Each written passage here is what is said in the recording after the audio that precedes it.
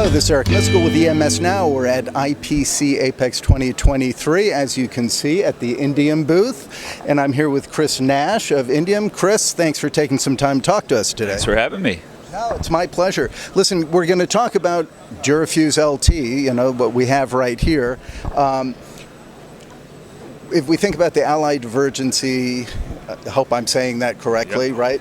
And within the industry and a lot of the high reliability alloys, how does Durafuse LT play into that? So, Durafuse LT was designed originally for low temp solder reflow. And a lot of people call it a mid-temp solder because we can reflow at 200 to 210 degrees C.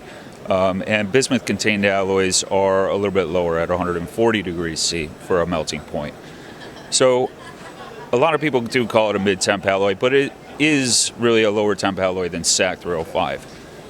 The original intent was to have low temp but still maintain the reliability of SAC 305, and that's what we've done with the Durafuse LT. So drop shock performance is equal or better than the SAC 305, depending on the application. And then high reliability applications like in automotive or even in some of the mobile applications where you have 0.35 millimeter, 0.3 millimeter wafer level CSPs, the Durafuse LT can actually be reflowed at 230 degrees C or 240 degrees C, traditional SAC type temperatures, and outperform the SAC 305 with regard to thermal cycling performance, say minus 40 to 100, minus 40 to 125.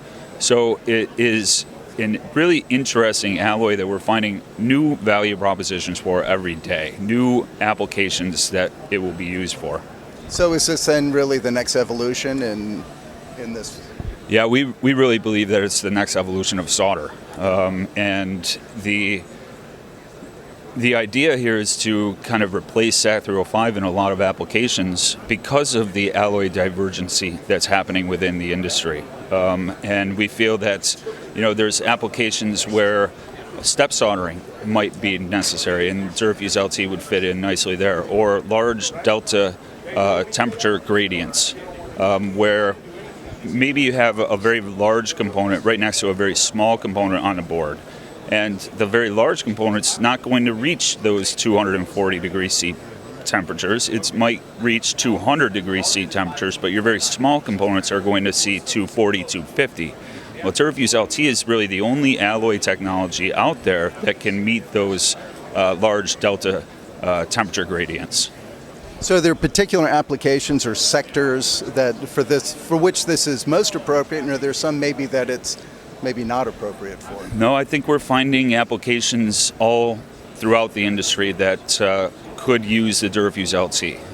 It's the automotive realm, it's the mobile phone technology, infrastructure builds, server market is seeing a great benefit with cracking QFNs.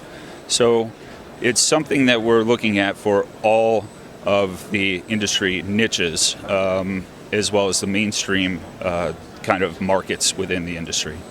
And then what kind of results are your customers achieving through the use of this? Yeah, they're finding absolute fantastic results, both printing, reflow, and reliability. And that's really what the material was designed to do, enhance the reliability of their products. But one of the main focus areas that we're seeing is sustainability and energy reduction. So going to a lower temperature with reflow is going to reduce your energy consumption, and with Durafuse you can actually reduce it about 15%. If you were to go even lower into the bismuth-contained alloys, you're going to reduce your energy consumption as well, up to maybe 30%. However, you're not going to get the reliability required for your assemblies. So the Durafuse LT is going to really maintain the reliability of SAC 305, if not outperform SAC 305 with thermal cycling and drop shock reliability. Now, is it able to help with overcome any particular, I always hate saying it this way, but the process is kind of a messy one, and this industry is built up trying to clean up essentially a messy and we've gotten very good at that.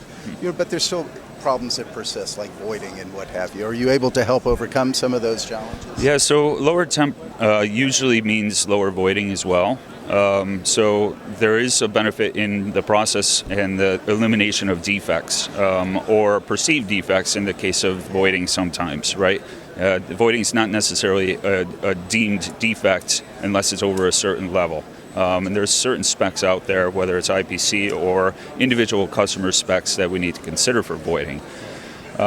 But yeah, it's really helping clean up some of those known defects. The printability of the material is bar none. We haven't compromised on the printability of a material compared to SAC 305. So we want to make sure that all of the wetting, the printing, the reflow type defects are eliminated as well, not only the reliability portion of the alloy. So do you envision this then becoming the standard for indium and for green? Well, I think that's hard to say. Right, I think that's hard to say. I think it is going to grow tremendously. We've already seen tremendous growth with the Durafuse LT. We're expanding our Durafuse technology as well into high rel. So we have the Durafuse HR, which is designed for thermal cycling from -40 to 125 for more traditional automotive applications, but the server market's also looking at that same thermal cycling need and requirement as well. So you're going to have a very rigid alloy rather than a more ductile alloy with the Durafuse LT that can solve some of those thermal cycling challenges for the higher reliability automotive applications. Right. And that's the sectors become the important differentiator, whether it's space, automotive, computers. Those environments are different in which they operate. For sure, they are. Yes. So that's a big consideration for the customers, which they're going to be utilizing. Correct. Yep. Okay. Anything else happening with Indium that you care to talk about? Well, I think there's a lot going on. You know, whether it's new product development, we're always working on something new. You know, water solubles, no cleans, alloy developments with the Durafuse HR, Durafuse LT. We actually have an interesting new product with the Durafuse HT that is designed to replace lead in the semiconductor industry. So I think that's going to be a revolutionary product for the entire industry. We're also really focusing on thermal interface materials. A lot of talk right now in the server market with immersion cooling, and we need to have the heat come out of those processing units as fast as possible into the immersion cooling fluid. The only way you're going to do that is with a thermal interface material of some sort. And you can't use a grease because that's going to interact with the cooling fluid. So you really need a metal-based thermal interface material. That's where the heat springs would come into play. And then we also have some liquid at room temperature metals that we're deploying for a lot of the video processing and gaming industries. That are really working rather well.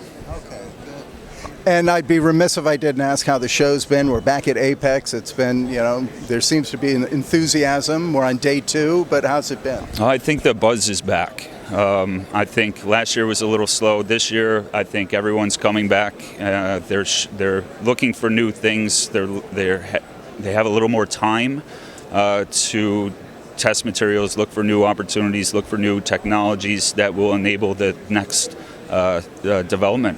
We believe material science changes the world, and I think you're seeing that with a lot of customers looking for that next level materials that will help them solve their challenges.